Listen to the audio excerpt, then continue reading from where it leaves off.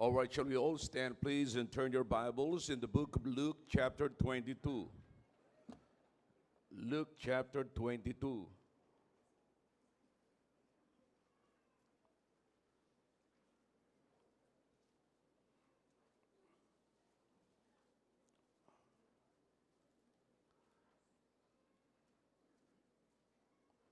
Katulad ng pinangako ko po sa inyo kanina, I will take a look again. This is all about the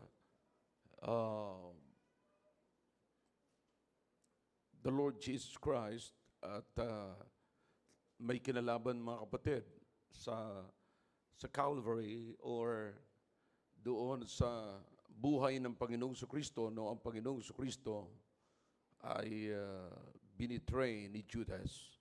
So, in this part, mga kapatid, makikita po natin, hahanapin natin yung mga bagay na may apply natin sa ating buhay Kristiyano na kasama doon sa pangyayari sa Panginoong Kristo. Alam niyo, napakaganda mga kapatid, yung bang kahit sa panahon ng Panginoong Kristo ay papunta ng Calvary, meron pa tayong matututunan sa buhay natin.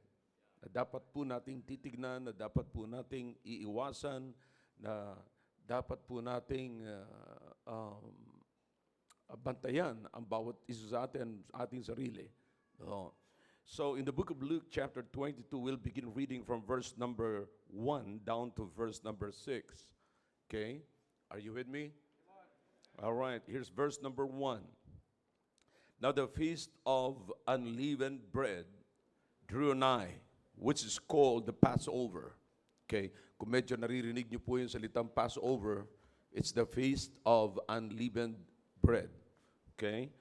And then the Bible says, and the chief priests and the scribes sought how they might kill him. The word him referring to the Lord Jesus Christ. So the priests and the scribes, did you notice that? Okay, the priest, kung meron kayong marker, markahan niyo po yan. The priest and the scribes, they are what? Religious people who are looking or seeking to kill Jesus.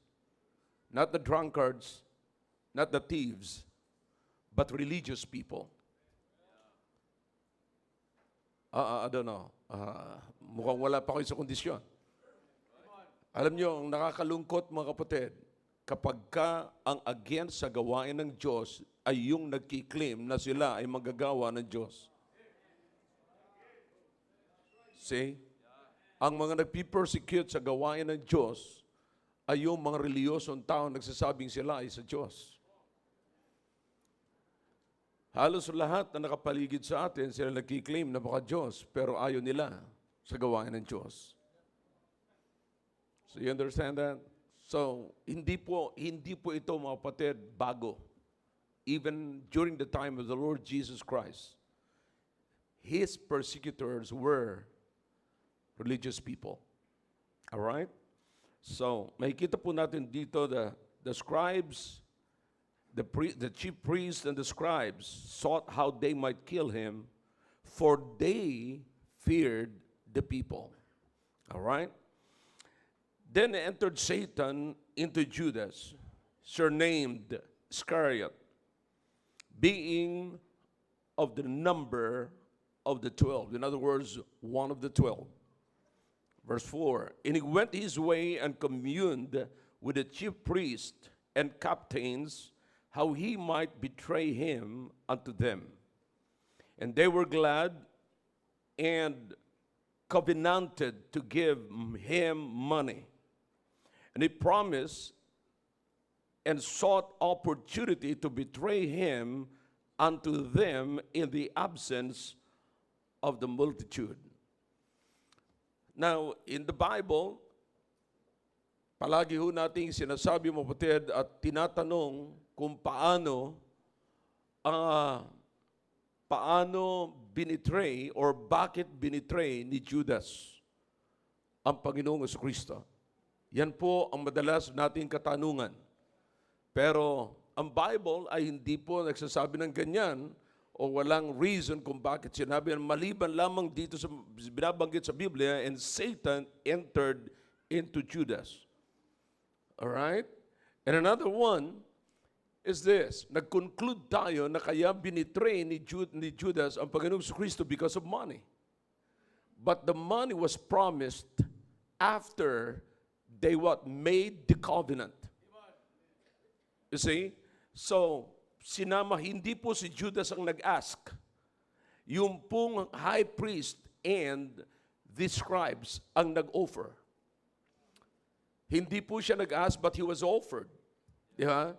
So, you understand the Bible? Now, and so, the Bible says here, another one, ninahanap pa at sinasabi ng ibang mga preachers is about that Judas was a son of perdition. The word perdition, the son of perdition, it doesn't mean na siya na po talaga ang ipinanganak siya para ibitray niya ang Panginoong Kristo. No. Ibig sabihin ng son of perdition, it implicates, the implication of this is that he was a son. Ibig sabihin, mula sa kanyang pagkabata, lumaki siya, mga kapatid, sa environment na patungo sa destruction. Yan po ang ibig sabihin niyan. So did you get that? Okay, para maunawaan po natin mga kapatid, this is educational, no? Para makita natin kung ano talaga ang dahilan, kung bakit ipinagkanulo or ibinitray. Pinagkanulo, hindi yun ang tumpak eh. Binitray, no? The word betray, it means to deliver, to surrender. Pero yung to surrender, hindi po nababagay sa case ng Panginoong Kristo. You know, ganyan po pa nag-aaral, sinasabi ko po yun sa mga preacher natin. Hahanapin nyo yung within the context, kung ano yung nasa context, nababagay doon sa context, yun ang pipiliin nyo. So ang narapat po dito is to deliver. So the Lord Jesus Christ was delivered to the high priest, to the Roman government. Okay, not to the ICC, but to the Roman government. He was delivered to the Roman government. Okay? Now, at sa totoo po niyan mga kapatid, hindi pa itong mga sundalong ito ay hindi po nila kilala ang Panginoong Kristo at hindi po nila alam kung nasaan ang Panginoong Kristo, kaya hindi po nila alam kung paano huhulihin ang Panginoong Kristo. And you know, the Roman government are also afraid of the people because there were over 5,000 people, mga kapatid, at nakapaligid na sa Panginoong Kristo na sila po humahanga na sa Panginoong Kristo na kung huhulihin nila ang Panginoong Kristo publicly ay maaaring magkaroon ng riot. Maaaring magkaroon ng kaguluhan sa airport. I mean sa Jerusalem, okay? I mean Gethsemane, okay? Now, so hindi po nila alam kung saan. Kaya you understand, so the Bible says the word betray, it means, kapatid, it means the word betray to deliver, okay? To deliver. Not to surrender, but to deliver. So dineliver po ni Judas ito hindi, mali yung sinasabi mo. Hindi ICC. Sa Roman soldiers, okay? Alright. So, kaya maunawaan po natin ang mabuti kung paano po ang nangyari. Didiscoveryhin natin ngayon kung bakit at ano ang dahilan. Bakit binitray talaga ni Judas ang Panginoong Kristo. Alright? Tandaan natin mabuti. Hahanapin natin yung X na yan. Baka makasama tayo sa X. Amen. Alright, tayo po yung manalangin. Dakilang Diyos, salamat po sa mga talata na binasa po namin. Pagpalain niyo po ito na meron kaming matutunan po rito, Panginoon. Naway makita po namin ang mga bagay na dapat po naming ingatan sa aming sarili. Please, O God, speak to us through this message, O God. In Jesus' name, Amen. Alright, thank you. You may be seated in the presence of our God. At salamat sa Panginoon, kasama natin ngayon yung ating mga missions, mga kapatid. And salamat na tayo po ay nagkakasama-sama sa tuwing last Sunday of the month. Alam mo, ngayon, nandiyan po sila, nakikinig sila. Sinasabi ko na po ito sa kanila at sinabi ko na sa kanila na this time, hindi na po ito compulsory. Hindi po sila obligado na umattend ng last Sunday of the month. Pero kung gusto nilang lumago at gusto nilang makita, lalong-lalo na mga kapatid, na makikita nila ang gawain at ma-encourage na patuloy na lumago. No? And by the way, paikot mo nga yung ating camera, mga kapatid. Okay.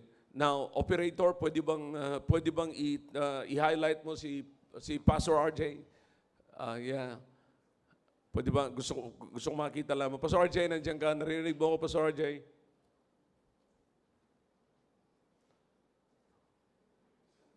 Pastor RJ?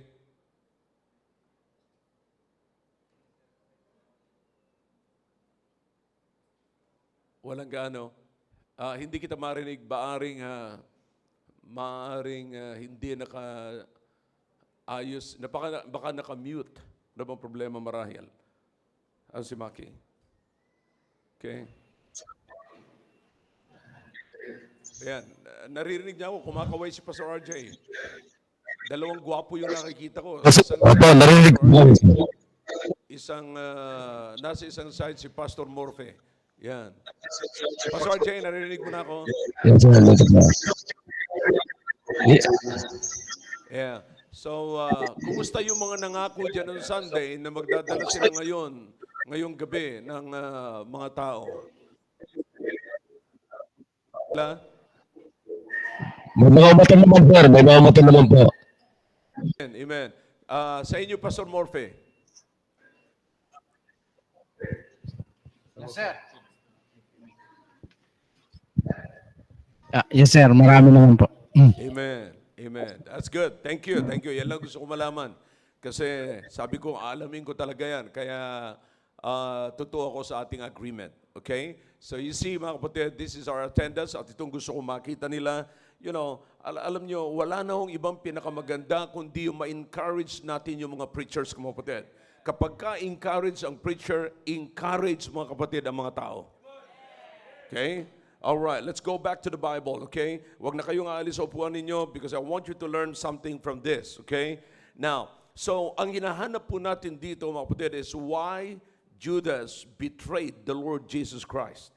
Okay? Now, ano po talaga ang totoong dahilan? Ang lagi lamang po natin nakikita na dahilan is because of money. But again, ang sabi po ng Biblia, mga kapatid, it was described in the priest who offered money pagkatapos nila magkasundo sa isang kasunduan, mga kapatid. So what happened is, ang Panginoong Kristo, mga kapatid, ay sikat na that time. Skyrocketing yung kanyang popularity, mga kapatid. Napakabilis. Why is that? Sapagkat meron siyang may lumpo na pinalakad, mga may sakit na kanyang pinagaling. He raised one from the dead, and also he healed the sick, and marami pang miracles ang ginawa. Tandaan po natin, lumakad siya sa tubig, and then not only that, napakaraming kamangha-mangha ang ginawa ng Panginoong Kristo, kaya nga po napakabilis ng kanyang popularity. And you know, it's always the case, mga kapatid, na kung titignan po ninyo, kapatid, kapag ang isang tao, ang isang persona ay sumisikat, lagi pong kinaiinggitan. Alright? So, isa po yan sa mga dahilan kung bakit nagagalit sila sa Panginoong Kristo. And another one, gusto nilang gumante sa Panginoong Kristo. Alright? There's another one. Kung bakit gusto nilang patayin ang Panginoong Kristo. Gusto nilang gumante sa Panginoong Kristo. Bakit sila gusto gumante ang Panginoong Kristo? If you will examine carefully the messages of the Lord Jesus Christ, then you will notice, mga kapatid, na inatake ng Panginoong Kristo yung kasalanan ng mga Pharisees and the religious people. Alright? So yan po yan. Remember na sinasabihan niya yung mga Pharisees, they are generations of what? Vipers and what? Hypocrites. Diba? So those are strong words. Hindi po madali, mga kapatid. So, because of that, naghanap sila ng paraan kung paano nila papatayin ang Panginoong Kristo at paano mawawala ang Panginoong Kristo sa eksena. Ang problema mga kapatid, marami na ang nakakilala sa Panginoong Kristo at marami na ang humahanga sa Panginoong Kristo. So napapaligir na po siya ng mga multitudes na talagang nagre-respeto sa Panginoong Kristo at humahanga sa Panginoong Kristo. Ngayon, hindi nila mapatay ang Panginoong Kristo sa publicly or hindi nila kayang arestuhin ang Panginoong Kristo publicly sapagkat maraming mga taong nakakaalam na mabuting persona ang Panginoong Kristo. Because of the fear of people, hindi nila magawa ang gusto nilang gawin. So anong dapat nilang gawin? Kinakailangan maghanap sila ng mga taong malapit sa Panginoong Kristo. Alright? Kinakailangan maghanap sila ng taong nakadikit sa Panginoong Kristo. And so here's what the Bible says. The Bible says, and Satan entered into. In other words, Satan was inspired and was possessed by Satan. He was controlled by Satan. You see that? So tandaan po natin mga kapatid na Satan was inspired by Satan. He was controlled by Satan. At makikita po natin mga kapatid na because of that, si Judas ay kinausap niya itong mga Roman soldiers and the high priest, mga kapatid, sapagkat hindi po nila alam, itong mga high priest, itong scribes and other soldiers from the Roman government ay hindi po nila alam kung nasaan ang Panginoong Kristo, ni hindi po nila kilala ang Panginoong Kristo. Alright? Kaya kinakailangan po nila ng insider. Kinakailangan po nilang insider na magpapahayag sa kanila kung sino talaga yung Panginoong Kristo na sabi po nila. And so what exactly happened is, Judas, when Satan entered into him, ang sabi ng Biblia, si Judas ay pumunta sa scribes, pumunta sa high priest, nakipagkasundo sa high priest. At sinabi sa high priest kung paano mauhuli at saan makikita ang Panginoong Kristo. At kung paano siya uhulihin at kung kailan. Remember what the Bible says here. Ang sabi ng Biblia, in an opportunity. It was looking for an opportunity. So, in an opportune time, ay talagang chinempuan nila ang Panginoong Kristo na ang Panginoong Kristo ay nandun sa Gethsemane. You remember that story? Yeah, and he was arrested there. Okay? Now, tandaan po natin mga kapatid, makikita po natin na talagang kapag ikaw ay may ginagawa, kapag ikaw ay tumataas at nakikilala ka, asahan mo na, may maiinggit sa'yo. Because that is exactly what happened here. But listen, here's what happened after the arrest of the Lord Jesus Christ. Alam naman po natin na si Judas, sapagkat maipapakita ko po sa inyo kanina sinabi ko sa inyo, not because of money, sapagkat kung talagang dahilan sa pera, hindi niya ibabalik ang pera. After realizing na ang binitray niya is an innocent person. So it's not about money. So what is really the reason kung bakit siya, mga kapatid, bakit binitray niya ang Panginoong Kristo? Are you excited with that? Alright, but before that, kapatid, examinin muna natin yung ibang bagay dito. Ang sabi ng Biblia, I'm telling you, yung salita na lamang na betray, mga kapatid, hindi po simpleng word. Masakit po ito. At alam niyo kung bakit masakit? Here's what the Bible says here, in verse number 3. Then entered Satan into Judas, surnamed Iscariot, being of the number of the 12. In other words, he was one of the 12. Now, yung inahanap ng priest, chief priest, and the scribes na kailangan nila ng insider, nakuha na po nila. Here comes Judas. Eto na ho yung insider, mga kapatid.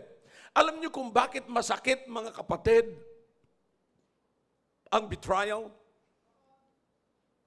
Ano talaga sa Tagalog yung betray? Traidor, yeah. Traidor. At trinaidor ka. That's it. Okay? Alam niyo kung bakit masakit ang traidor, mga kapatid? Sapagkat ang nagtatraidor sa iyo ay kasakasama mo. Here's what the Bible says here. He is one of the, come on, talk to me if you can. He is one of the 12. Kasama mo. Ang nagtatridor, wala akong nagtatridor na hindi mo kakilala. Okay lang sana to mga kapatid, na ikaw ay siraan ng mga taong hindi mo kilala. Di ba? Pag kami, nakita ka dyan, nagsasalita, hindi ko naman kilala ang taong ito, binabaliwala mo.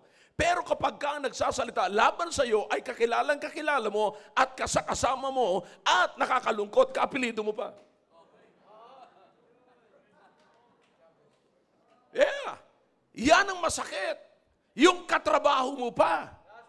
Kasama mo pa sa Sunday school, kasama mo pa sa school, kasama mo pa sa choir, kasama mo pa sa church. Iisang church ang pinupuntahan ninyo, iisang pastor ang pinapakinggan ninyo, iisang Bible ang ginagamit ninyo, at iisang Holy Spirit na nakatira sa katawan ninyo, and then, tatraidorin ka. Masakit. Kasama mo pa sa kapihan. Ikaw pa nga yung nag-offer ng coffee.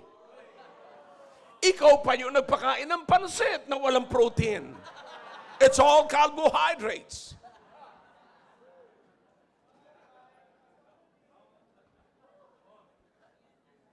So you understand? Masakit ang traidoran, kapatid. Walang nagtatraidor na hindi kakilala. Lahat na nagtatraidor ay close in. Kasama mo sa sakyan, kasama mo sa kwarto. In other words, sa mga Batanggenyo, kahut-hutang dila. Grabing closeness na yun, mga kapatid. Kaya masakit, kapatid, ang traidor. Yung traidorin ka, masakit. And here is Judas, one of the 12. 12 what? 12 apostles. He worked with the Lord Jesus Christ. And he worked for the Lord Jesus Christ. He was a what? Treasurer. You see? Now, look at this. Kaya masakit, kapatid, isipin nyo kung gaano kasakit yung traidorin ka.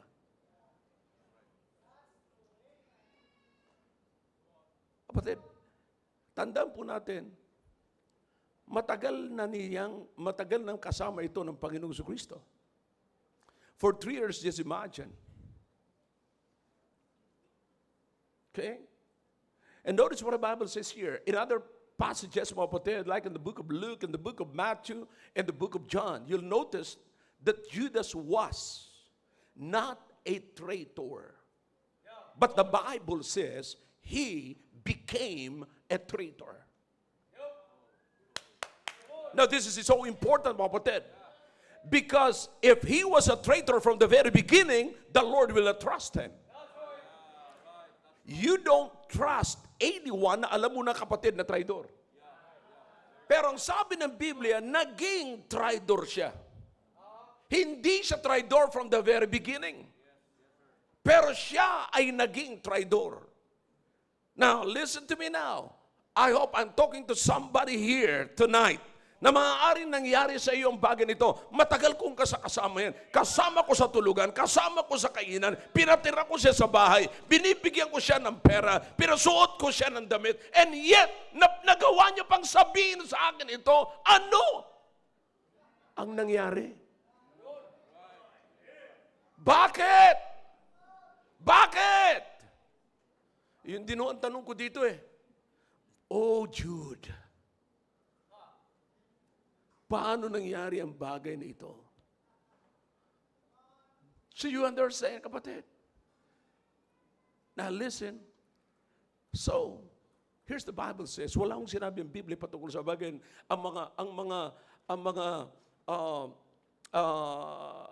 Mga preachers and nag-aakala lang sila na ganito talaga.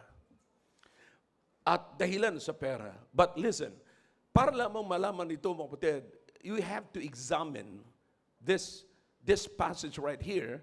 At pag na-examine mo sa mga pangyayari sa context, mga kapatid, mahirap pa rin hanapin. Not until nahanapin mo ang ibig sabihin ng salitang Judas Iscariot. Okay? Now, the word Judas here, kapatid, it means, it literally, the translation or the common translation of the Greek word Judah. Okay? So, nanggaling po yan sa salitang Judah, mga kapatid.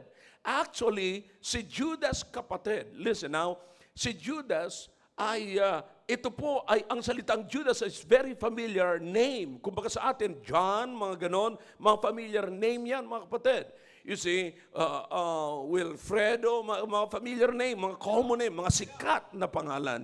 Roy Vincent, mga ganon, mga sikat na pangalan.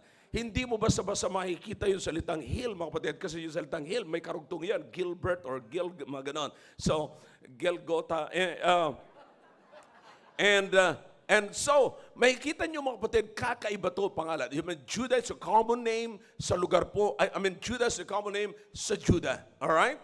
Now, so, ito po ay makikita po natin na napakaganda, dapat po nating isipin ang mga bagay na ito, i-consider po natin yung kanyang pangalan para mahanap po natin kung bakit talaga pinagkanulo ni Judas ang Panginoong Kristo.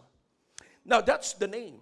Pero kapatid, alam nyo, meron, di ba sa Bible may tinatawag pang Judas Thaddeus? Maganon.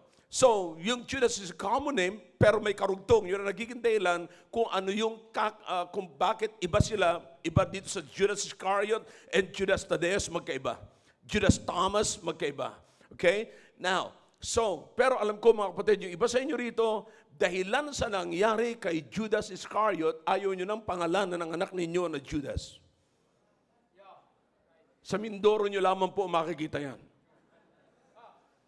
Judas Rico. Yeah. Anyway, nandyan po sila. Alright? But, let's go to the second name ni Judas. So, it identifies who he was. Iscariot. Yung pong salita Iscariot, mga kapatid, was referring to the town where Judas came from. Okay? Yung Iscariot was referring to the town in the southern Judah na kung tawagin ay Keriot. Na doon po nanggaling si Judas Iscariot. At ngayon, mapapansin mo, because of that, mapapansin po natin, I therefore conclude na si Judas lamang po ang isa sa mga apostles na hindi ho nanggaling sa Galilee, kundi siya lamang nanggaling sa Judah. Alright? Now, so ito pong Iscariot, mga kapatid, Judas Iscariot, ay makikita po natin, ito pong Keriot ay galing sa southern part ng Judah na ang ibig sabihin ng salitang Judas Iscariot, a man from Keriot. Okay, nakuha niyo po mga kapatid? He is the man of Keriot. Kaya tinawag na Judas Iscariot. Okay? Now, doon po sa Iscariot, mga kapatid, meron po doong isang grupo na tinatawag po na Sicarii.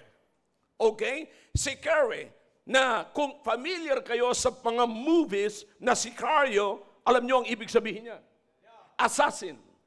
Okay? Na ito po mga assassin na ito, mga kapatid, ngayon sa Sicario, makikita nyo na lamang puro baril. Pero ang Sicario ay nanggaling din po yan, kapatid, ang root word is sike, na ang ibig sabihin ay knife. Knife. And these people, kapatid, ay ito po yung mga Jewish nationalists who opposed to Roman rule. Okay? Na ang ginagawa nito, mga kapatid, sila po ay nagkakasundo na patayin sa pamamagitan ng knife. Knife. Second, knife. Yan ang ibig sabihin niya. Then the Sicario, ay ibig sabihin ay assassin. Okay? Now, itong si Jude, mga kapatid, si Judas, siya po ay lumaki doon sa isang environment na katulad po niyan. Nakukuha niyo po, mga kapatid? Okay? Nanggaling po sa environment, kaya nga sabi sa kanya, son of perdition. Okay? Lumaki siya po doon sa ganung klaseng environment. Let me tell you something, parents. Napakahalaga na ang mga anak natin ay maging aware tayo kung saan po sila lumalaki. You see, it might be, sabi ng iba, aalis na ako dito sa paligid namin kasi dito may sugalan, may inuman. Now, listen to me now. Ang mahalaga, kapatid, ay kung anong meron kayong environment sa loob ng pamamahay ninyo.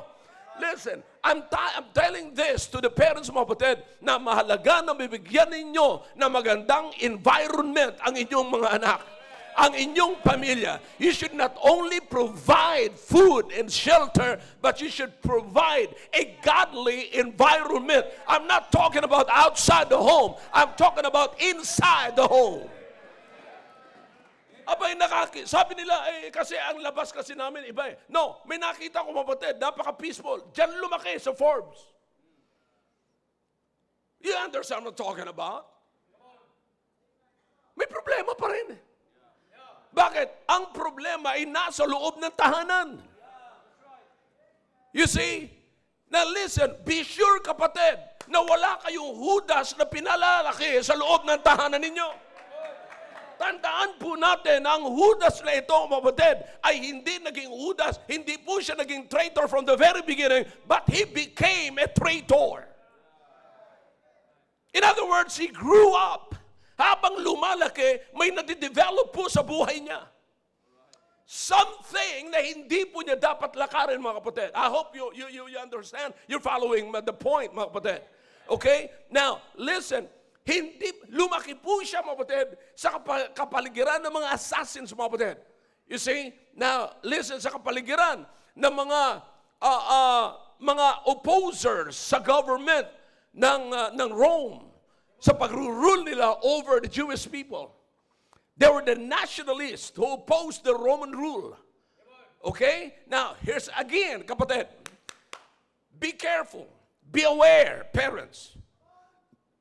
Ano ang nakikita sa atin ng ating mga anak sa loob ng pamamahay? Alright. Mainit pa rin kahit hapon. Now, listen. Ano ang nakikita sa atin sa loob ng pamamahay ng ating mga anak? Ano ang naririnig po sa atin? Are you following me? Anong klaseng spirit meron tayo sa loob ng pamamahay natin? You see, listen, paano natin pinapalaki ang ating bahay? Anong minumold natin sa kanila? Sasabihin natin, bakit rebellious ang aking anak? Listen, tingnan nyo kung paano nyo pinalaki sa loob ng bahay at anong klaseng environment. Baka nakakita siyang rebellious wife.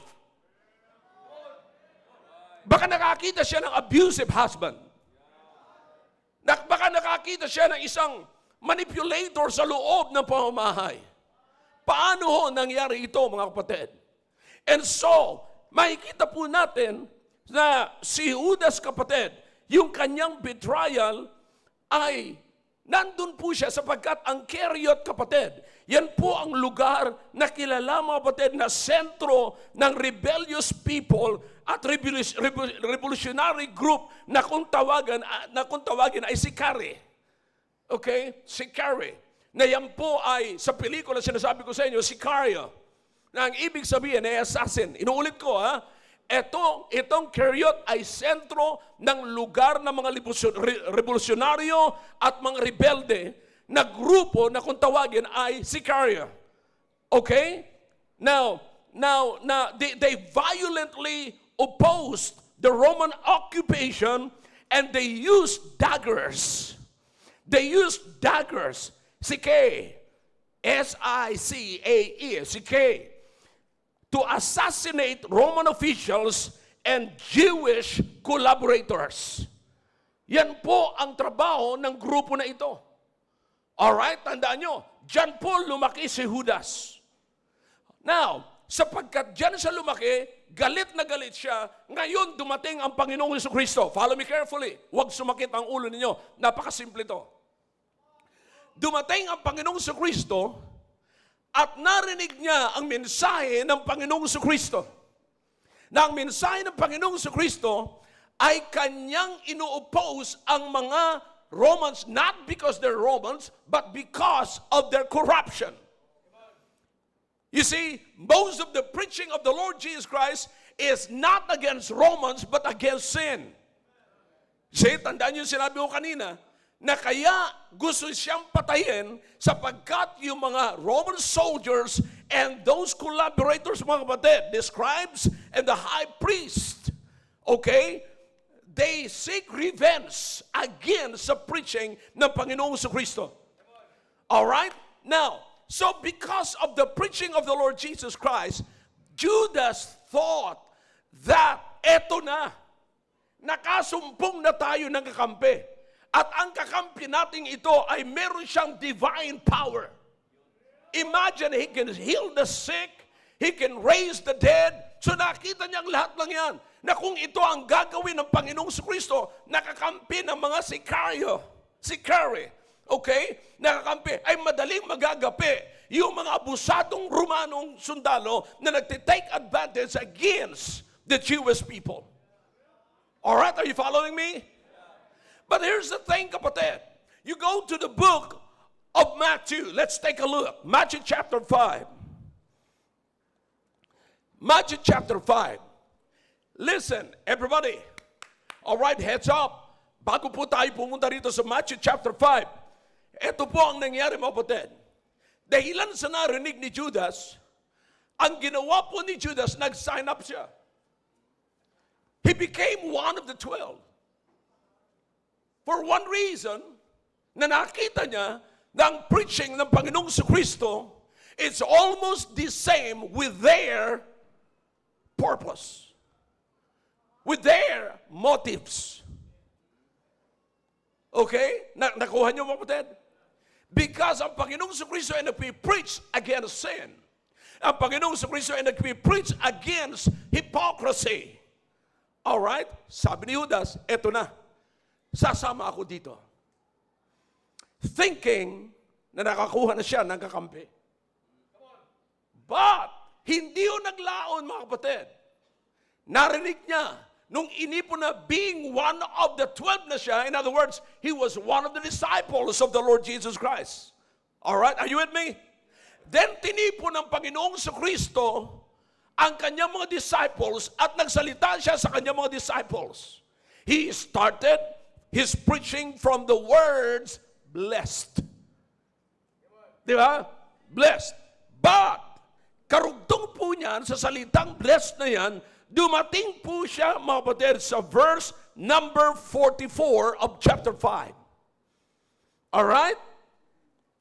Ang sabi sa verse number 43, ye have heard that it had been said, thou shalt love thy neighbor and hate thine enemy. Yan ang preaching ng mga religious group. Okay? Now listen.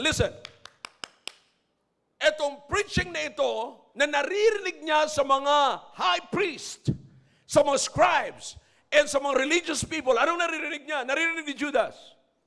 Love thy neighbor as thyself, but hate thine enemy. Alright? So, what he was expecting from the Lord Jesus Christ is the same thing. Did you get that? Come on, talk back to me if you can. Alright? Now, ito ho yung ang buong akala ni Judas ay parehas lamang ang prinsipyo nila. Ang sabi ng Panginoong Kristo, inulat niya, yan ang narinig ninyo. Mahalin ninyo ang iyong kapwa at kapuutan ninyo ang iyong kaaway. Pero ang sabi ng Panginoong Kristo, ako, sinasabi ko sa inyo, but I say unto you, love your enemies. Bless them that curse you. Do good to them that hate you. And pray for them which despitefully use you and persecute you. Teka, sabi ni Judas. Ano itong narinig ko? Akala ko kakampi ko ito. Akala ko kasama ko siya. Sapagkat hindi makalusot-lusot si Judas, hindi niya kayang labanan yung powerful weapon ng mga Roman soldiers. Nahihirapan siya, kapatid, kung paano assassinate nila yung Roman government at habang nag-oppose sila, paano sila magtatagumpay? Sa pamagitan lamang ng divine power. Kaya ang inaasahan niya sa Panginoon Kristo, kapupuutan mo sila. At pagka pinuputan mo sila, kung nakakabuhay ka ng patay, pwede ka makapatay ng buhay. Come on, come on, come on. But listen, here's what the Bible says. Hindi ganun ang Panginoong Kristo. Ang sinabi ng Biblia, no. Mahalin mo ang iyong kaaway. Mahalin mo yung mga nag-aabuso sa iyo. Teka muna, sabi ni Judas. This is not what I signed in. Hindi ito ang dahilan.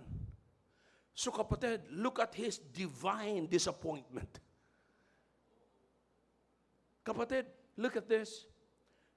Yung inaasahan niya sa Panginoong Jesucristo, hindi nangyari. Hindi nangyari. Alam niyo ba mga kapatid, na kapag kinasama ka, kinaibigan ka, at meron siyang ibang layunin sa iyo, at hindi niya nakuha ang layunin sa iyo, itataboy ka niya. That is what we call manipulation. Okay? Now listen to me now. Here's the thing. Kung narinig nyo na po sa akin ito nung in-announce ko yun dito at salita ako sa inyo rito, pag-aralan yung mabuti kung bakit kayo naririto. Bakit maraming mga mahihirap mga kapatid ang pumupunta sa church compared sa mga meron, sa mga mayayaman, sa sobra-sobra ang kanilang pananalapi, sa sobra-sobra ang kanilang pangangailangan. Sobra sa kanila. Pero bihira ang mga taong ganon. Ang karamihan pumupunta sa church, kinakailang sunduin mo siya, ilibre sa pamasahe, ilibre sa pagkain, bigyan mo ng damit, bigyan mo ng ganito. Lahat yung mga mahirap. Bakit? Nag-iisip tayo na pagka sumama tayo sa Panginoong Jesucristo, at least aasenso ang ating buhay kahit hindi tayo magtrabaho. At kapag tayo ay nabigo sa ganyang klaseng intention, iiwanan natin ang church at magsasalita tayo laban sa church.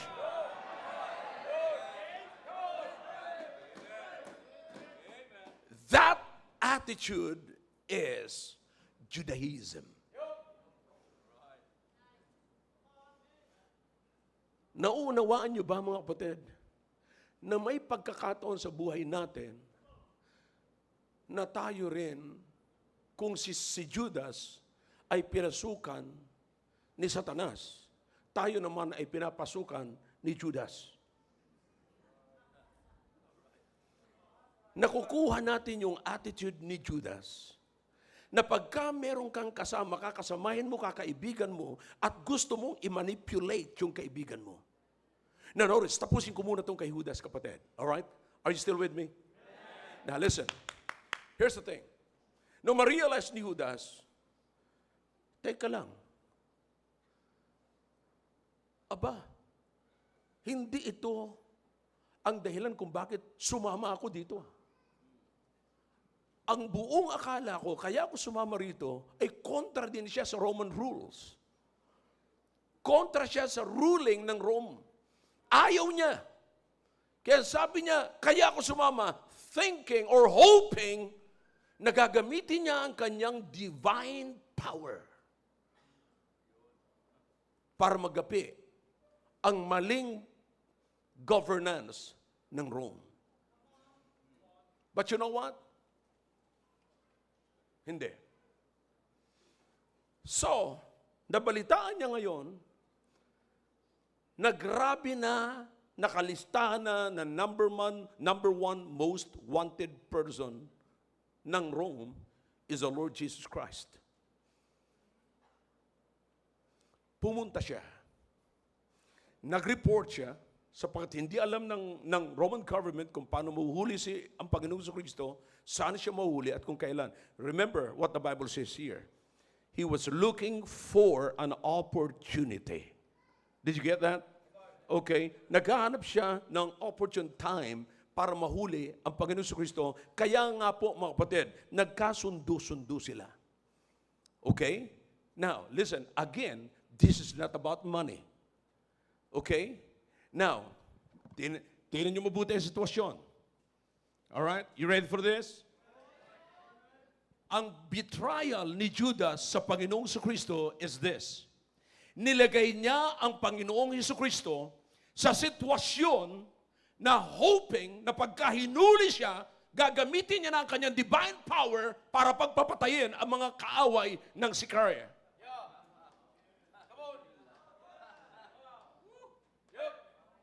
One more time. Hindi niyo nakuha, mga kapatid. Nakuha niyo, mga kapatid. Tingnan niyo mabuti.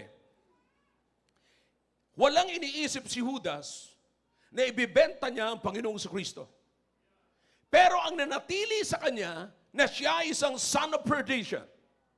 Siya ay lumaki doon sa sitwasyon or scenario or sa area, mga kapatid, na sentro ng mga rebelde at saka mga revolusyonaryo. Yun ang nakalakihan niya.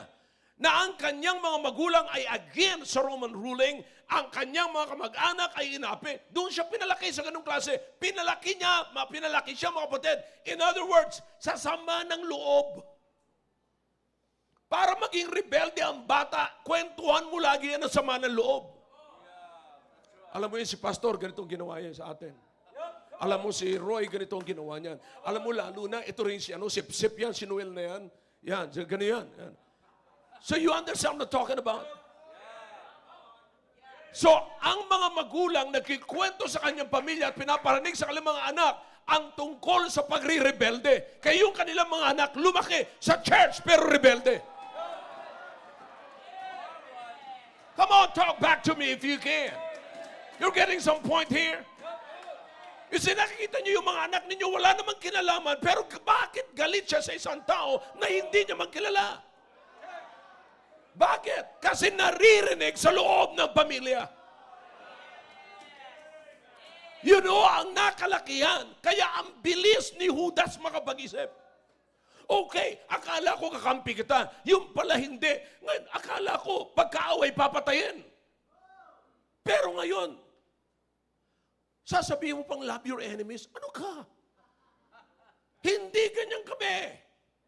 May knife kami. Do you understand yung knife, kapatid? Kung saan ginagamit? Pantusok sa likod. Dagger. That's it. Pantusok sa likod. Kaya ganoon, kapatid. Tridor, tusok sa likod. Yun ang nakalakihan ni Judas. Kaya anong nangyari, mga kapatid?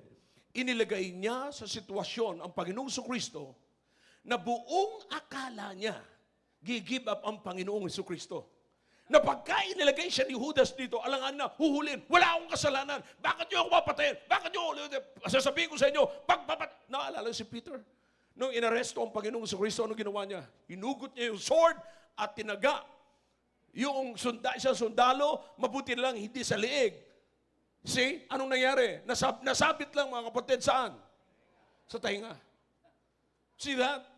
So, inaakala ni Judas na pareha sila ni Peter. But no, sabi ng Panginoong Kristo, love your enemies. Yung mga inaabuso kayo, minamanipulate kayo, mahalin nyo yan. Alright? And so, hindi nagustuhan, sabi ni Judas, hindi ako nag-sign in para sa bagay na ito. Hindi itong inaplayan ko. Ang buong akala ko, gagamitin niya yung kanyang divine power. Sasabihin niya naman, mamatay kayong lahat. Patay silang lahat. Tapos ang problema naman si Sicaria. You understand? Inalagay siya sa isang sitwasyon. Binitray siya upang mailagay siya sa isang sitwasyon na gagawa siya ng false move. Ang hindi niya alam, ang Panginoong Kristo ay isang Diyos. He is an omniscient, omnipotent, omnipresent God. He is the Son of the living God. Inalagay siya doon sa sitwasyon na akala niya magko-compromise ang Panginoong Kristo, but bless God, Jesus never compromised Himself. And so what happened now, kapatid, tandaan niyo mga kapatid, kapag meron kang kasama na hindi nasusunod yung inaasahan niya, tatraydorin ka na. Listen now. Mag-ingat po tayo, mga kapatid, sapagkat baka pumunta tayo rito hoping na gagaling tayo sa ating terminal disease. Hoping na makakabayad tayo sa mga utang natin pagka tayo tumanggap sa Panginoong Kristo bilang sariling tagapagligtas. hoping na magbabatian na kami ng matagal ko ng kaaway na biyanan kasi ligtas na ako. You see, so marami tayong inaasahan sapagkat nag-sign in tayo sa grupong tinatawag na Christian. Baptist pa.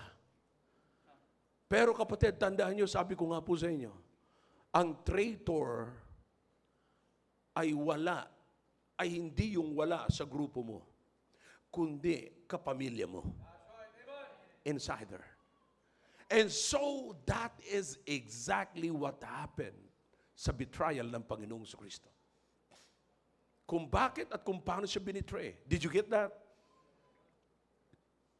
Inilagay sa situation na akala ni Judas, makakabawi siya. But you listen to me, mga kapatid. Here's the good thing about it. The Lord knows that, naalala niyo mga kapatid, during the Last Supper, ano sabi ng Panginoong Kristo?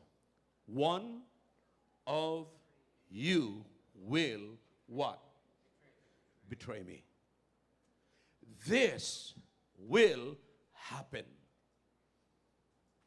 Okay? Mangyayari talaga ito. Bakit? Bago ako mapunta sa cross, bago ako umakyat ng Calvary, merong Judas na magbibitray sa akin. Now, ano po ang ibig sabihin nito, mga kapatid? It's a signal na malapit ng ang kalbaryo ko at malapit nang matapos ang bagay na ito. So you understand what I'm talking about? Listen, yung betrayal ni Judas, kapatid, sa Panginoong Kristo, it's a signal na malapit nang matapos ang suffering ng Panginoong Kristo. Now, do you understand? Pag na-burn out na ang betrayal sa buhay mo, pag lumabas na, mga kapatid, yung mga taong nagsasabing laban, nagsasalita laban sa iyo, huwag kang magalit, huwag kang magalala. It's a sign na malapit na ang glory ng Panginoon na mag-shine sa buhay mo. Oh yeah! Oh yeah! That is exactly what happened to the Lord Jesus Christ. Okay? Yeah, mangyayari ito. Talagang mayroong magbibitray. Alam ng Panginoong Kristo yan. Pero alam niya na pagka nangyari na yon, malapit na ang isang araw, babalik na siya sa luklukan ng kanyang ama, sa trono ng kanyang ama. Nauupo na siya sa right hand na bahagi ng kanyang ama. Babalik na siya sa trono ng langit, kapatid. Do you understand what I'm talking about? I don't know about you, but listen to me now. Huwag ho tayong mag-alala, huwag kayong mag-alala, sapagkat every time na merong nagbibitray sa'yo, ibinitray ka na ng kasama mo, hindi nagtagumpay yung manipulation sa buhay mo, anong gagawin natin? Anong titignan? Sisiraan ka sapagkat, ayaw kang sumunod, hindi ka napasunod, naalala niyo yung temptation ng Panginoong Kristo? You see? Now, after the temptation of the Lord Jesus Christ, hindi ho nagtatapos doon. After the temptation, pag hindi ka nadala sa temptation, ang kasunod dyan is attack. Okay? You understand what I'm saying? Sa manipulation, meron pong ganyan. Anong temptation? Alright? Kung ano-anong i-offer sa iyo para maging magkaibigan lamang kayo, at pagka nakuha na yung pansin mo, nakuha na yung loob mo, then, mamaniobrahin ka na, mamanipulahin ka na. Pero alam niyo mga kapatid, kagandahan, habang tumatanda ka, lumalayo ka sa temptation. Parang tumitibay ka na sa temptation. Habang tumatanda ka na, tumitibay ka na, hindi ka na pwedeng offera ng kung ano-ano pang dating ino-offer sa iyo nung bata ka pa. Hindi ka na kayang offera ng pera, baka sumobra na ang pera mo sa buhay mo. Mas malaki na yung pera at makukonsume yung pera, mas malaki na kaysa sa buhay mo. Ang buhay mo ganito na lamang, yung pera mo ganito pa rin. Alright? Now, hindi ka na matitempt. Kahit magkano i-offer sa yung pera, hindi ka na matitempt. You see, habang tumatanda ka, but listen, kung hindi ka nadala sa temptation, bibirahin ka sa atake. Because the attack will discourage you. Did you get that? The attack will discourage you. Because you're discouraged, hindi ka na makakapagpatuloy. But let me tell you something. Put this in your mind. Kapag ka nakaranas ka ng atake sa buhay mo, tandaan mo, malapit ka na sa gloria ng Panginoon. Malapit ka na at nasa iyo na ang atensyon ng Panginoon. Listen now. Tandaan mo, ang pinaglilingkuran mong Diyos ay Diyos na nakakakita ng lahat at alam niya ang lahat at alam niya kung anong nangyayari sa buhay mo. He knows who you are. And He knows where you are. He knows what's happening in your life. He knows. Listen, it's a signal na maaaring papunta ka pa sa Kalbaryo, but listen now, malapit nang matapos. Listen after that. Hindi ho nagtagal. Narinig mo na mula sa bibig ng Panginoong Kristo. It is finished. It is finished. Brethren, look at the betrayal. Marami tayong mga tinatawag na divine disappointment. May nakita tayo na parang inaasahan natin sa Panginoong Kristo, pero hindi nangyari. May panalangin, ilang panalangin na, ang panalangin at anong klaseng panalangin ang ginawa mo na, matinding panalangin ginawa mo, pero hanggang ngayon wala pa rin kasagutan. Divine disappointment. Pero ano ang dapat nating gawin pagka nakakaramdam po tayo ng ganyan? Listen, wag ho tayo magkaroon ng rebellious spirit. Wag ho tayo ma-discourage. Wag ho natin sabihin, tapos na, ayoko ng Christian. Wala rin palang nangyayari. No, you just keep going, mga kapatid. As long as God is with you, you should not quit on God. Keep going. Keep going. Mababasa niyo po sa Biblia, mga kapatid. There's weeping at night, but joy comes in the morning. Brethren, why worry about someone that betrays you? Let him go ahead. Sige, magsalita lang sila laban sa iyo. But listen, isipin mo, it's a signal.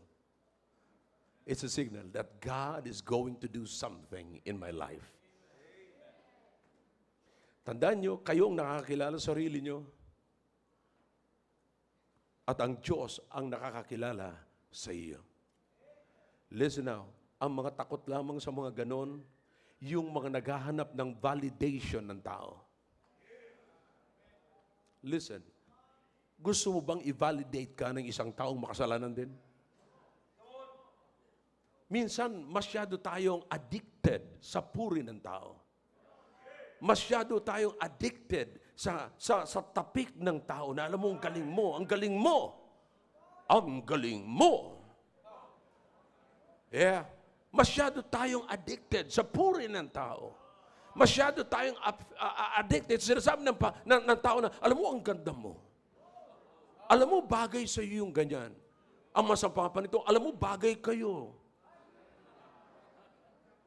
Bagay kayo. Magkamukha na kayo ng Amerikano.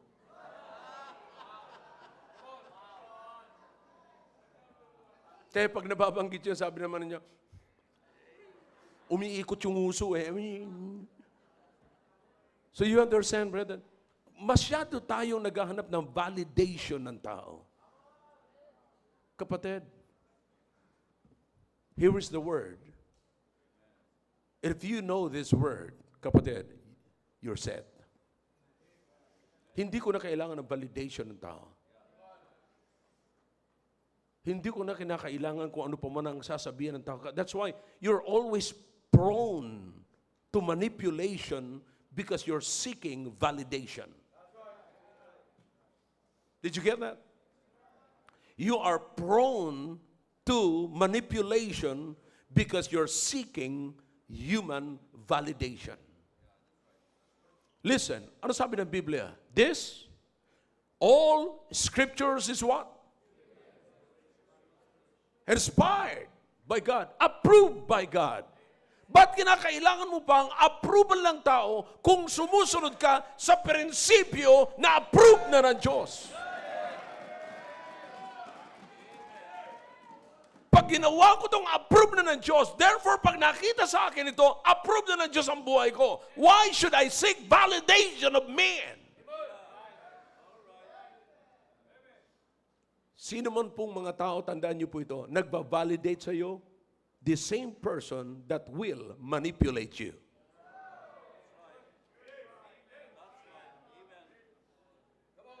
The person that validates you is the same person that manipulates you. I hope I'm clear this evening. Brethren, think about this. Consider this. Ano na po yun? Ano po yung makikita po natin dito mga kapatid na you see, maaring hindi po tayo kapatid, wala ho, tandaan nyo, hindi katulad ni Judas, hindi po siya traitor. Pero naging traitor. He became a traitor, mga kapatid.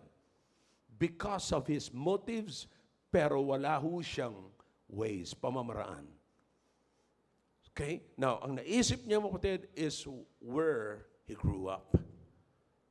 Okay? Kaya sabi ko po sa inyo, mga parents, watch out and beware kung paano natin pinalalaki ang ating mga anak.